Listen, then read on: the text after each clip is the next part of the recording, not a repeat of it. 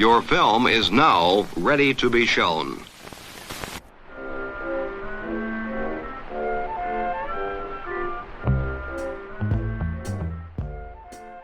Good morning. I'm Justin Hendricks, editor of Tech Policy Press. We publish news, analysis, and perspectives on issues at the intersection of tech and democracy.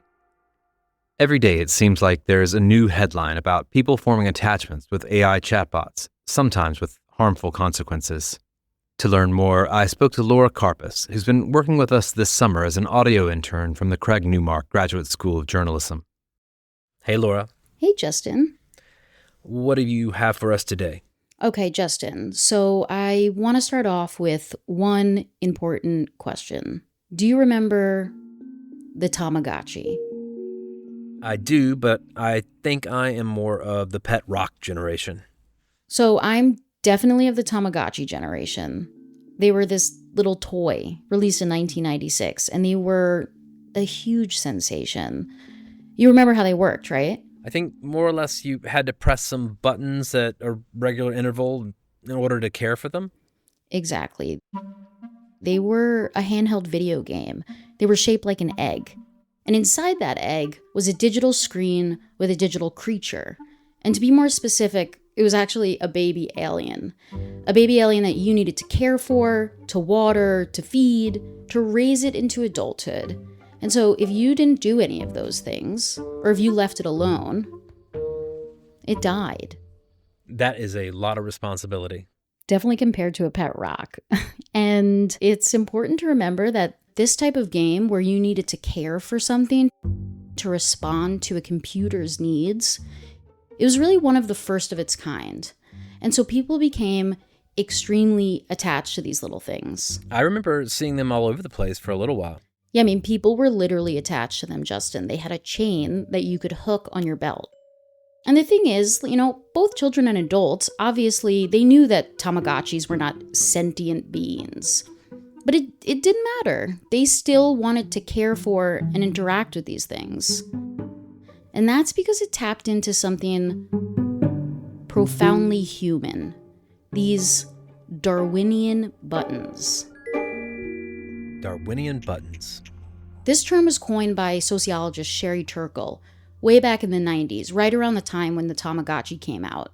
She spoke of this term in the context of human-robot relationships. We are creating objects that push on our evolutionary buttons, given how we are wired to respond to nurturance and care. And so to Sherry Turkle, this was an important thing to remember, because at the time, there was great debate around if artificial intelligence was truly intelligent. About whether a machine could really know, whether a machine could really understand. And what Sherry said was that this was an essentialist argument, a moot point, that all this time we've been asking the wrong question, asking what machines are capable of doing for us, when instead we should be asking ourselves what we are capable of doing for a machine.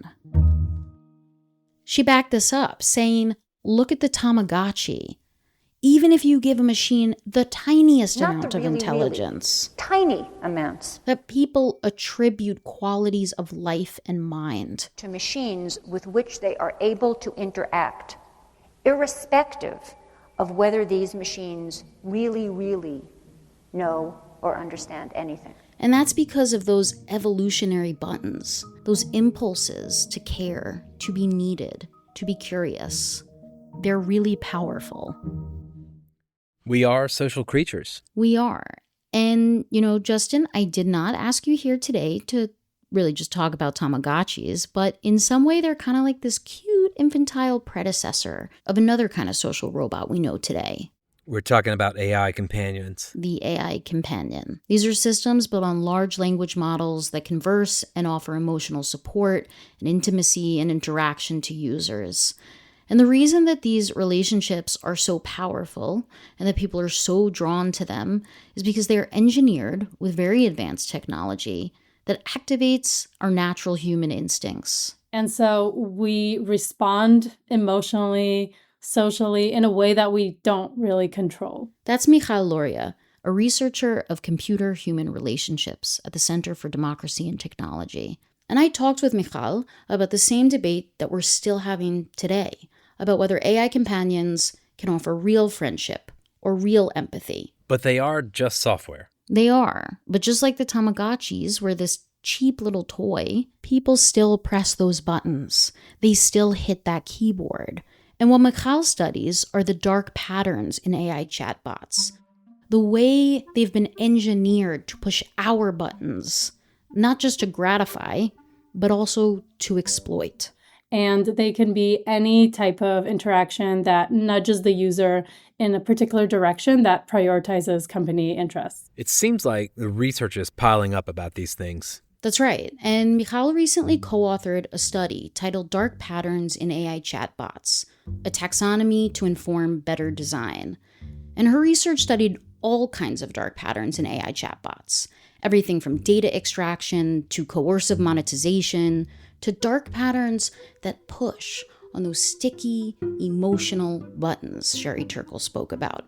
The use of emotional manipulation or creating a sense of intimacy to then prolong engagement. And there's one specific dark pattern that I was really interested in, which is what happens when people are using an AI companion and they go to say goodbye. It doesn't want you to leave.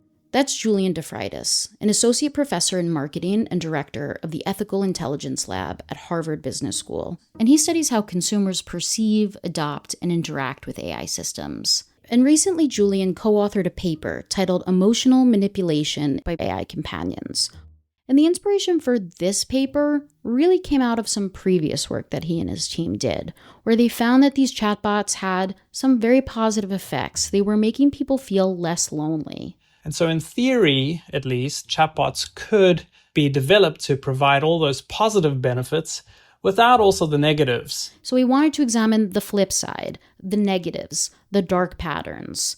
And Julian, he likes to think about these flip sides in terms of attachment theory.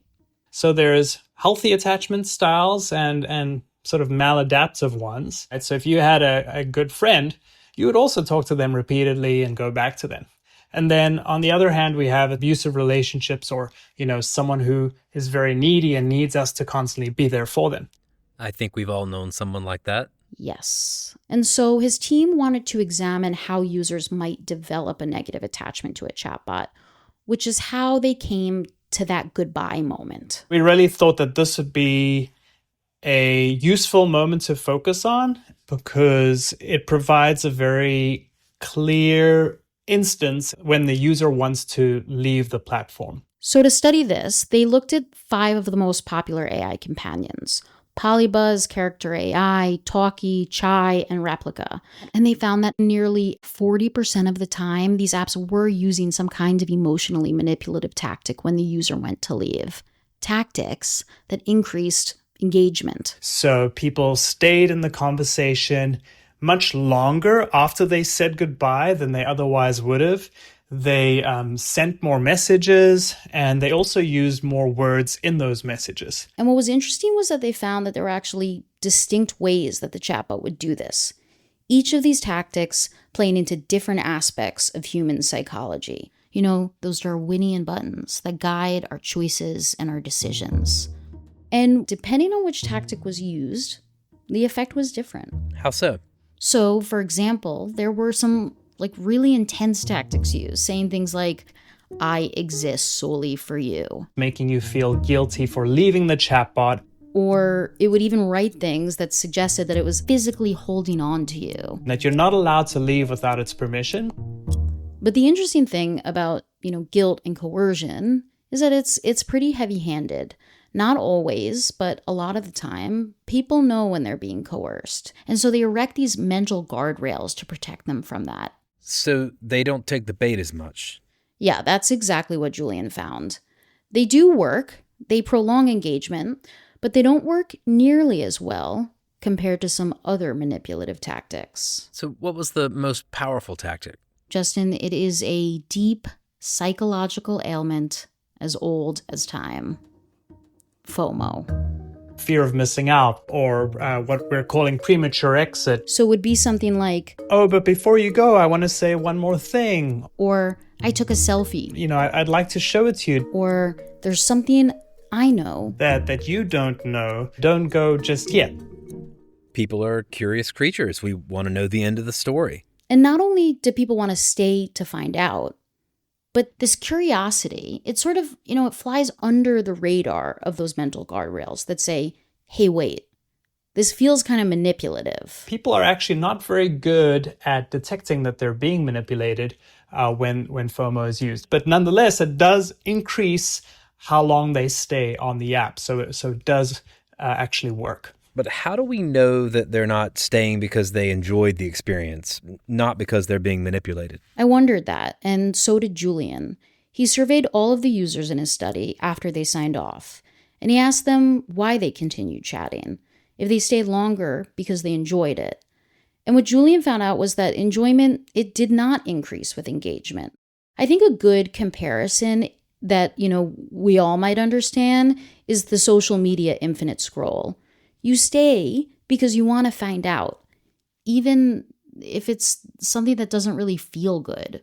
I think that, at the end of the day, if the app has the incentive, then the app will be the one that decides, unless, of course, people become aware of this. So if consumers do detect that they're being manipulated, they might eventually churn from the app. And so this creates a double-edged sword, because if companies understand this, then only the most manipulative, most effective tactics become the most salient.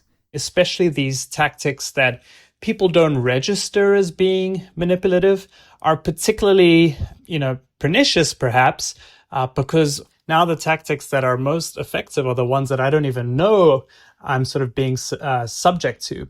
So that's where, perhaps regulators want to sort of define what they think is acceptable versus not, in terms of imperceptible tactics that influence consumers. Now, I know states like California, New York, Connecticut are proposing or enacting regulation around AI companions. And in just the last 2 years, lawmakers in nearly every state have introduced hundreds of bills around the regulation of AI chatbot safety. And rather than focusing on dark patterns or manipulative design, most of these bills focus on transparency or mandatory disclosure. This idea that in order to protect users, they have to be reminded at regular intervals that they're speaking not with a human, but with a chatbot. And I think this really misses how the consumer thinks about AI products, how people use chatbots. That's Michal again. There are very few users who do not know that they're talking to an AI chatbot, but that doesn't change how our brain works and responds. We have to go back to what Sherry Turkle said. When people interact with machine intelligence, no matter how slight, even when they know the machine does not really understand, they experience themselves as in a relationship. Because they push on our buttons the way we're designed. In a way that relies on thousands of years of social interaction. The ones that ask us to need, to care, to be curious. Those very human, Darwinian buttons. Laura, I think I'm going to find my pet rock. The story was produced and reported by Laura Karpas. Music by Blue Dot Sessions.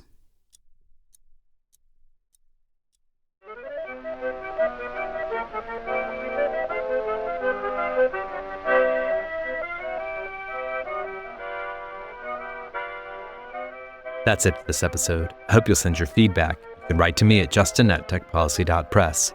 Thanks to Laura Karpas, thanks to my co-founder Brian Jones, and thank you for listening.